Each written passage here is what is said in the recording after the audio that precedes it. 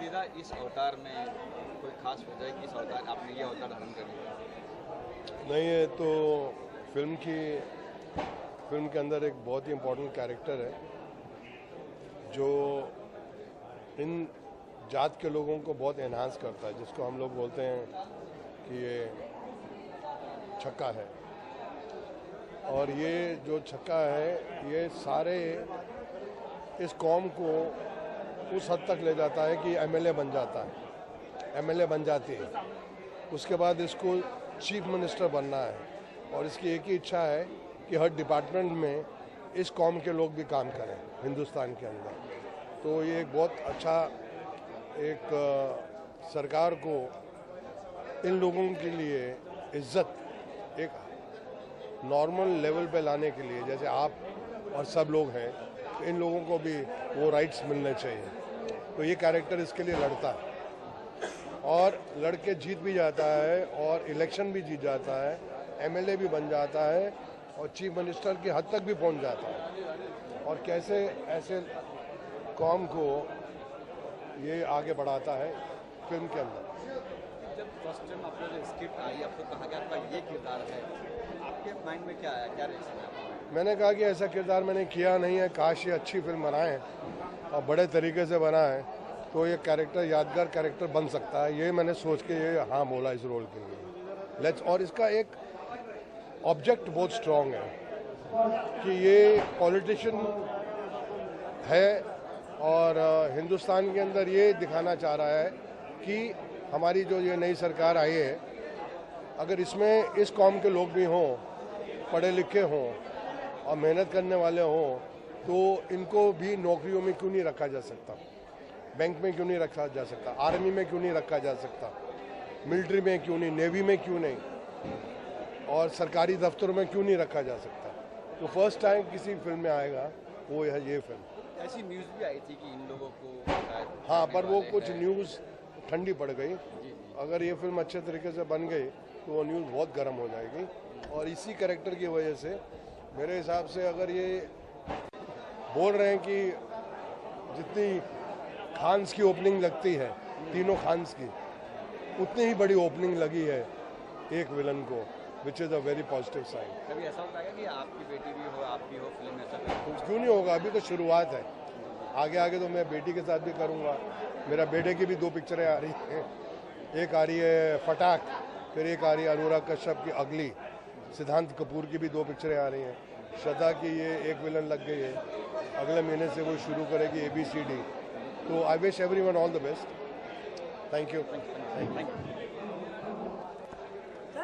अजीत भाई, ये रक्तधार है, किसके रक्त है, किसकी धार, क्यों बह रहा है रक्तधार? सर, ये जो रक्तधार है ये सिर्फ नाम के लिए रक्तधार है, लेकिन जो आजकल के नौजवानों में जो जज्बात जो बह रहे हैं, जज्बात की जो लहर है, जो रक्तधार का मतलब है जो जज्बात की लहर है आजकल की ऑडियंस में, कि कहाँ बुराइयाँ कहाँ अच्छाइयाँ को दफनाया जा रहा है। जो पॉलिटिकल जो आज माहौल चल रहा है पॉलिटिकल, कि बड़े बड़े वादे, बड़ी बड़ी चीज़ें पर वो होती नहीं है। इसी पे का एक सताया हुआ एक नौजवान है कैरेक्टर जो हमने इंट्रोड्यूस किया है, जिसका नाम साहिल शाह है। वो इस फिल्म का मैन लीड कर रहा है। और शक्ति कपूर जी, जो अब कई सालों बाद, यानी बताया कि नया अवतार है शक्ति कपूर जी का, जिनको मैंने फोकस किया है, उस पर मैं बहुत मेहनत करूँगा। और आप देखिएगा कि आने वाले समय में ऑडियंस के सर पे शक्ति कपूर साहब का, यानी गुरु माँ का बोले तो भूत ऑडियंस के सर पे नाचेगा। ये मेरा सबसे कहना है। और दूसरी बात यह है कि इसमें एक बहुत बड़ा मसाला है, मिक्स मसाला है, जो आने वाले समय में ऑडियंस के लिए जब हमारी फिल्म रिलीज होगी तो फुल इंटरटेन है। और मेरी पूरी कोशिश होगी, जैसे मैंने फिल्म बनाई थी कसाब की, आप सबको याद होगा, आतंकवादी कसाब, अजमल कसाब, वो फिल्म बना के रिलीज़ करी, ऑडियंस के लिए एक मैसेज दिया। इसमें भी एक वैसा ही मैसेज सबको मिलेगा, यही मेरी एक इच्छा है। बाकी आपको क्या जानना, आप देख लीजिए।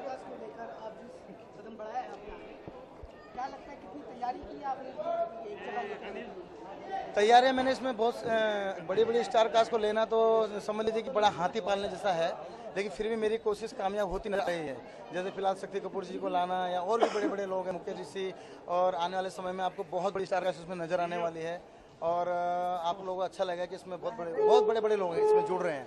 और ये सब चीज़ें हमारी नेक्स्ट शेड्यूल हमारा नेक्स्ट मंथ में जाएगा और बड़े स्टार को साथ में ही जाएगा। आगाज हो चुका है, आगाज ये है तो अंजाम क्या होगा। शक्ति जी को सोचना कि उनको ही देंगे MLA 5+1। प्रैक्टिकल क्या है कि शक्ति जी ही इस रोल को कर सकते थे और बहुत बेटर कर सकते थे। और मेरा ऐसा मानना है कि शक्ति कपूर जी मेरी कास्टिंग का जो हिस्सा है, मेरा एम्बिशन है शक्ति कपूर जी कि मैं इनके साथ काम करूँ। कहानी सुनाई आपको, उनको कहा कि ये रोल आपको करना है, तब उन्होंने क्या कहा, क्या रिजल्ट है उनका? जब मैंने बोला सर आपको ये गुरु माँ का रोल करना है तो उनके मुंह से एक ही बात निकली, उई माँ। तो अच्छा लगा और उनको बहुत इंटरटेन किया। बोले यार ये रोल मैं जरूर करूंगा और ये रोल करने में मुझे, और शक्ति कपूर साहब ने बहुत मेहनत की, इतनी मेहनत की इस रोल के लिए कि आई कॉन्ट बिलीव, मैं शब्दों में उसको बता नहीं सकता। मैं क्या प्लान किया आपका, कब तक क्या है?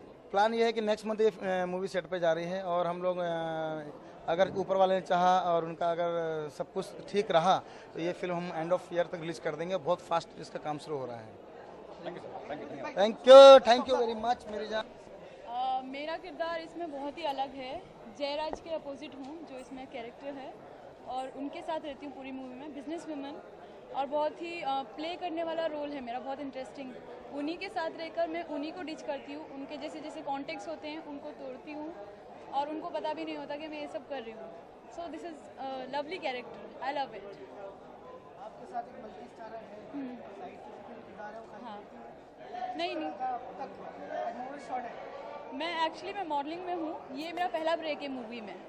सो I will give my best, और जो आर्टिस्ट हैं वो भी काफ़ी पुराने हैं, so it will be my good luck to work with them. First film है, आपके साथ जितने भी हम 4 फिल्म कर चुके हैं। बिल्कुल मेरी फर्स्ट फिल्म है।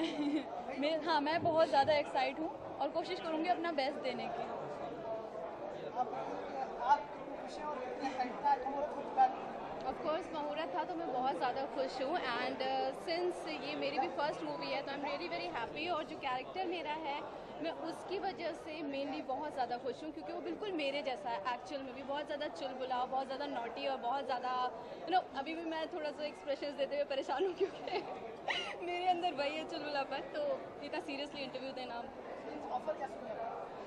ऑफ कोर्स ऑडिशन हुआ, एंड मैं बोलूँगी इनफैक्ट जो राइटर हैं इस मूवी के, फजल सर, उनको बहुत बड़ा क्रेडिट जाता है, क्योंकि मैं उनसे काफ़ी साल पहले, 1 साल पहले मिली थी और उन्होंने वहाँ पे मुझे काफ़ी अप्रिशिएट किया था, लेकिन मौका नहीं मिला उनसे उनके साथ काम करने का। और ये मूवी है जिसमें मैं उनके साथ काम कर रही हूँ, तो I am really very happy.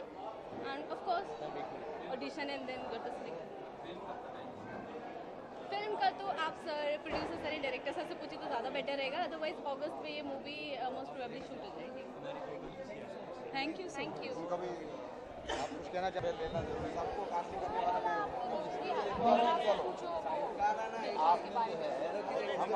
भाग जाती है तो खूंखार बन जाती है। इसमें ये नहीं दिखाया गया है कि हट्टा कट्टा कोई पहलवान है, कोई बॉडी बिल्डर है। हर तरह की फिल्मों में देखो, हर तरह की स्क्रिप्ट्स में देखो, उसके मुताबिक वहाँ पे रोल फिट किया जाता है। यहाँ पे कैरेक्टर ये दिखाया जा रहा है, एक दुबला पतला सा एक लड़का जिसको पता नहीं है कि फाइट क्या होती है, जिसको पता नहीं है कि रिवेंज क्या होता है, जिसको पता नहीं है कि ताकत क्या होती है। लेकिन पब्लिक जब यहाँ पे देखती है, अखबारों में, मीडिया में, सब में धज्जियाँ उड़ जाती हैं कि एक आदमी, उसका डर क्या है, उसका खौफ क्या है पब्लिक में। वो सिर्फ खौफ ये है कि उसका पागलपन।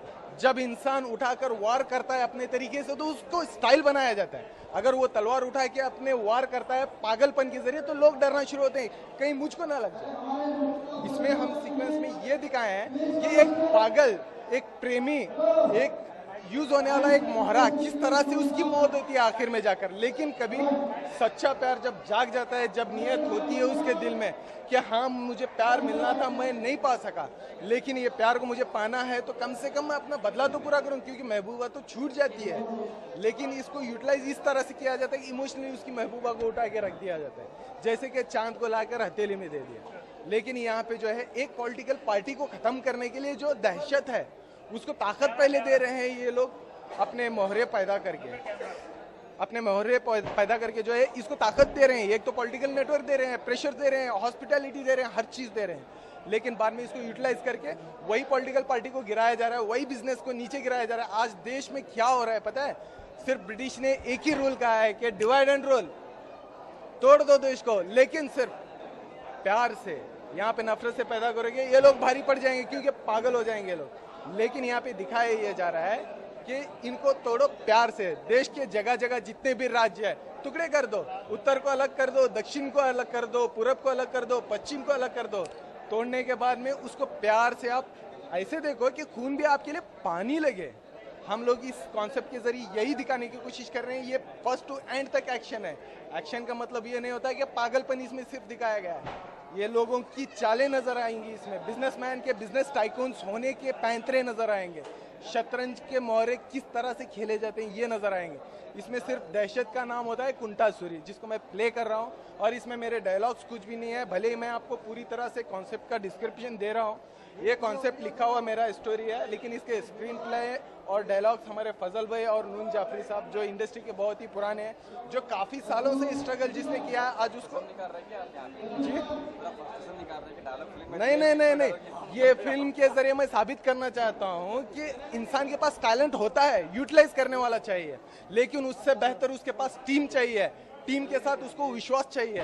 और मैंने हर स्ट्रगलर्स को लेकर ये प्रोडक्शन में जो है अपना पूरा बैकग्राउंड बनाया है, वो इसलिए कि आप भी नियत से साथ दो, आप भी नियत से साथ दो, आप भी दो, हम सब मिलकर इसका एक कच्चा निचोड़ ऐसा निकालेंगे कि ये ताकत एक बन जाएगी। हम लोग कुछ तो नया लाएंगे।